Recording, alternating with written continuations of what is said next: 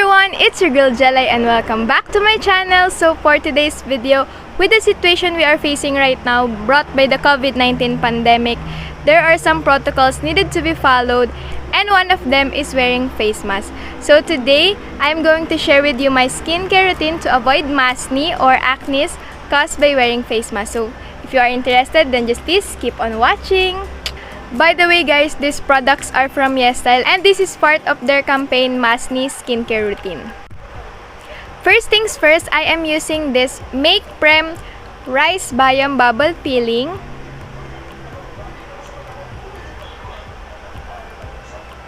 This is a cleanser that helps to remove skin impurities and helps in exfoliating your skin. I really love this one because it helps my skin in achieving soft skin texture and the visible results in removing dead skin cells. I will show it on screen on how I use this product. You need to shake the product well before using and pump an appropriate amount to face, avoiding eye and lip area, and massage your face for 30 seconds. After that, rinse it with lukewarm water.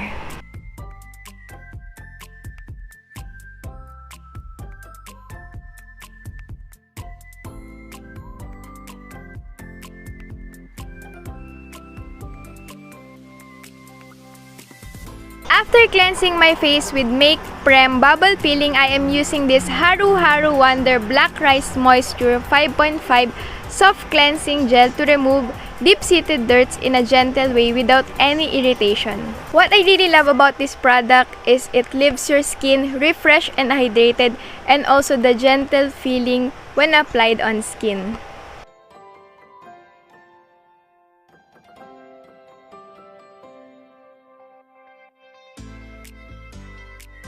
After rinsing, towel dry your face.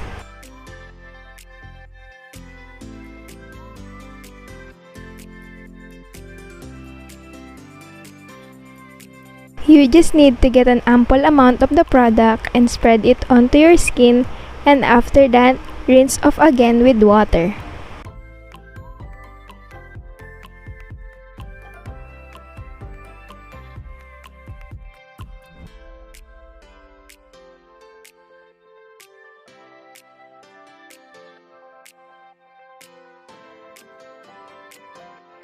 After cleansing and exfoliating my face, I am using this Super Matcha Pore Tightening Toner from Biome.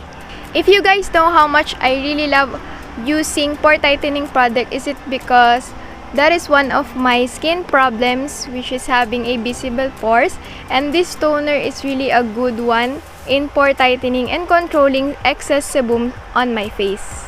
This toner helps to hydrate and purifies your skin.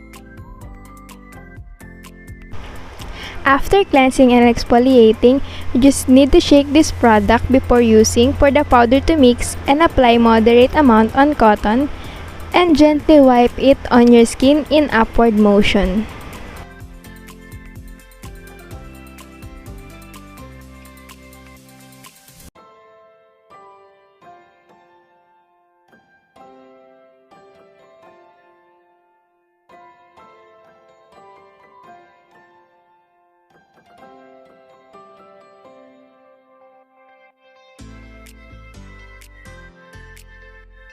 And after using toner, I am using this Pyunkang Calming Moisture Barrier Cream, wherein this is a moisturizer that relieves and moisturizes irritated skin and leaving your skin look soothed and supple.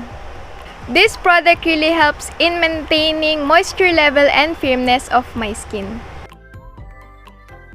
After applying toner, I will apply this Calming Moisture Barrier Cream from Pyunkang. I will just take an ample amount of the product and I will apply it on my face, spreading all over it.